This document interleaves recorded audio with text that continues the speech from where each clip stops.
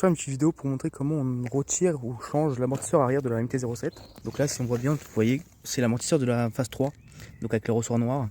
Du coup, ça m'a permis de le changer, de mettre le ressort en noir et l'amortisseur en noir sur la MT-07 de 2018, donc la phase 2, et non pas la phase 3. Donc comment j'ai fait, c'est très simple. D'abord, il faut retirer ce petit capot, enfin ce petit garde-boue, truc en plastique qui est en dessous là, et deux vis de l'autre côté.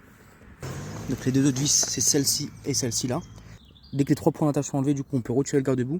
Ça nous permet d'avoir accès au boulon qui est en dessous. On a un deuxième boulon qui est ici. En fait, il n'y a que deux vis.